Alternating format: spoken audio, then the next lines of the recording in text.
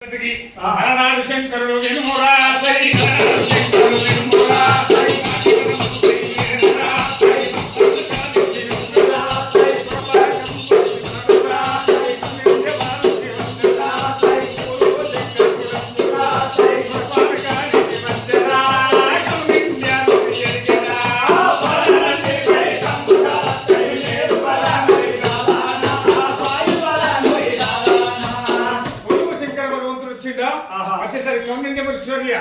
మరి సురలకు అందరికి వచ్చిన సురపానకం ఆ సురపానకం దాసి మించితమా లేదని అడిగింటాడు.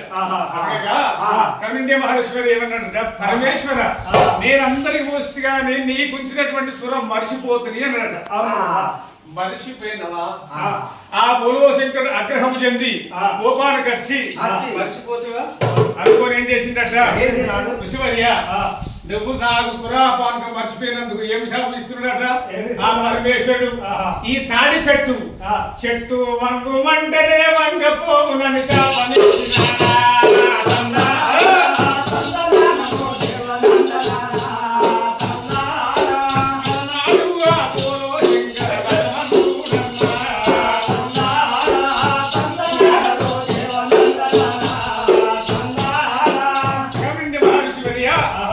నీకు ఈ రోజు నుంచి చెట్టు వంగు అంటే వంగ పువ్వుగా కానీ శాపం ఇచ్చి వెళ్ళిపోయిందట. అవును కదా.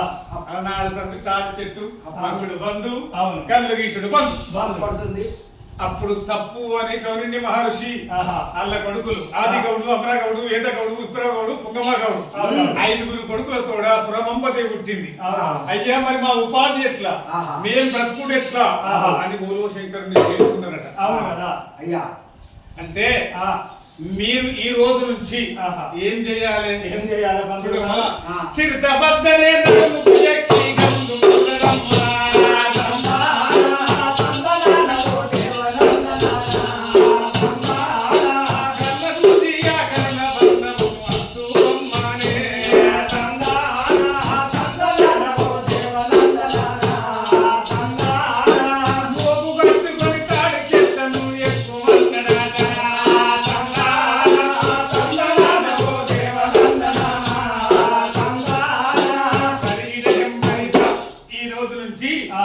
మీరు మూకు ముస్తాలు కట్టుకొని తాడి చెట్లు ఎక్కి బ్రతకాలి అంతే అని శాపం ఇచ్చి ఆ ఊళ్ళో శంకరుడికి వెళ్ళిపోయింది.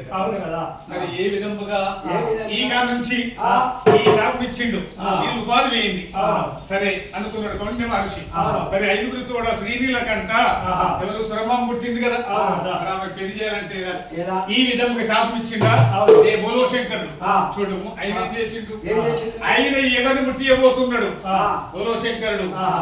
కంఠమందు బయలుదీసి భూమి చేసి విగ్రహారూపం చేసి ఆ విగ్రహానికైనా ప్రాణం పోసిందట. ఎవరు కంఠమందు మైలదీసి బోలో శంకరుడు విగ్రహం చేసి ఆ విగ్రహానికి ప్రాణం పోసి ఏం చేసిందట, కంఠమహేశ్వరుడు పుట్టించిందట. కంఠమహేశ్వరుడిని పుట్టించి ఒరే కంఠమా నేను తపస్సు పోతున్నా, ఇదిగో రాక్షసులు రాకుండా నా తపస్సు చెప్పకుండా కాపుస్తాను, జాగ్రత్త నువ్వు ఇక్కడ నేను అన్నాడు బోలో శంకరుడు. ఆ విధముగా ఆ కైలాసం లోపల వాహనుడు ఏం చేస్తున్నాడు, రండయ్యా మీరు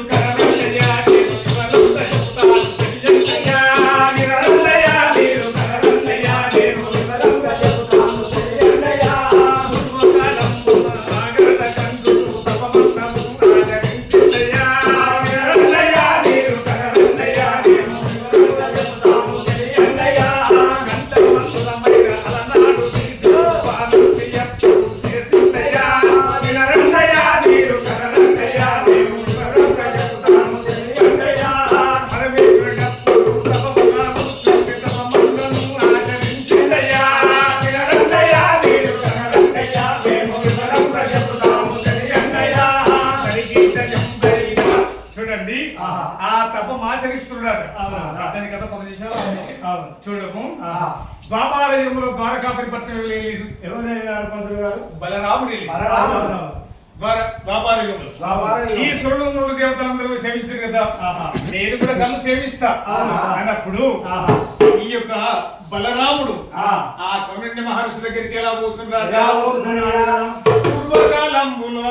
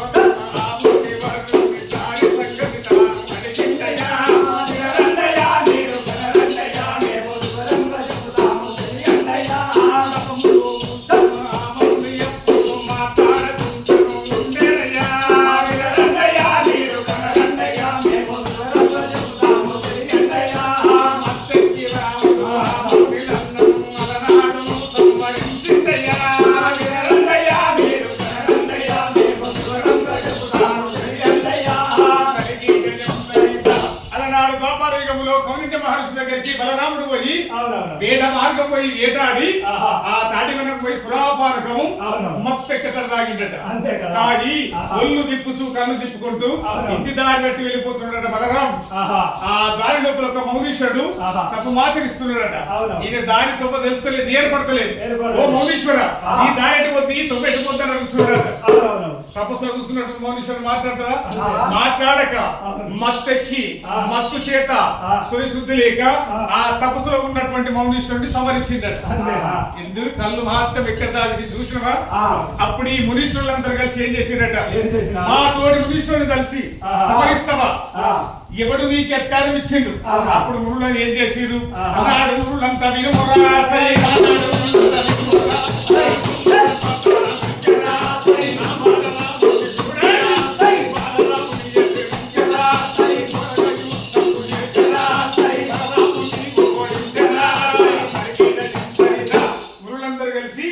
తోటి మునీశ్వరుని సంవరించిందని అంతని బలరాముని ఎదిరించి ఓడించగా ఆ బలరాముడు అపమానత చెంది కళ్ళు తాగినాక మనకే గిట్లయితే కలియుగం పుట్టనున్నది పెరగనున్నది, ఇంకెంత విధ్వంసం సంభవిస్తుందో ఈ కళ్ళు గీసుడే నిషేధం అన్నదట. ద్వాపరయుగం ఉన్నంత కాలము కళ్ళు ఎవరు గీసినా గాని దండిస్తారని సాటింపు చేసిన తల వంచుకొని వెళ్ళిపోయిందట. దాని నుంచి కళ్ళు గీసుడు కౌండిన్య మహర్షి కొడుకులు ఆయనే కళ్ళు గీసుడు. మరి వీళ్ళకు ఉపాధి అనేది లేదు. తర్వాత ఏం జరగబోతుంది? ఈ విధముగా ఈ యొక్క కంఠమందు మైల తీసి ఈశ్వరుడైన ఆ కంఠమును పుట్టించింది కదా, ఆ కంఠ మహేశ్వరునికి కౌండిన్య మహర్షి బిడ్డ సురమాంబదేవికి అలనాడు పెద్దలు చేసిన పెళ్ళనట్టుగా ఆ కంఠ మహేశ్వరుడికి సురమాంబనిచ్చి పెళ్లి చేసి సురామాంబ ఇచ్చి పెళ్లి చేయగా మనకు కలిగిసుడు బంధు నిషేధం కదా. ఈ శంకరుని వేడుకుంటే ఓకు పుస్తకం కట్టుకొని కాళ్ళెక్కి బ్రతుకున్నాడు. వీళ్ళ చేత వీళ్ళందరూ 5 కొడుకులు కౌండిన్య మహర్షి ఈ చెట్టు వంగనంత వరకే గీసిరు. అంతవరకు వాళ్ళకు తెలియదు ఎక్కరా. మరి సురామమ్మనైతే పెళ్లి చేసి కంఠమునికి ఇచ్చింది కదా, కంఠమాగవుడు అంటారు. ఏం చేసిండు అయినే? మరి ఉపాధి గౌడ కులం అనేది పేరు ఇట్టే ప్రకటించాలి. రానున్నది కృతాయుగం, త్రేతాయుగం, ద్వాపరయుగం, కలియుగం. కలియుగంలో కూడా ప్రజలందరూ కళ్ళు తాగాలి అనుకొని తను ఒక్కడు ఏం చేసిందట? పూర్వకాలములో శివుని గెలిచిన పుణ్యమూర్తి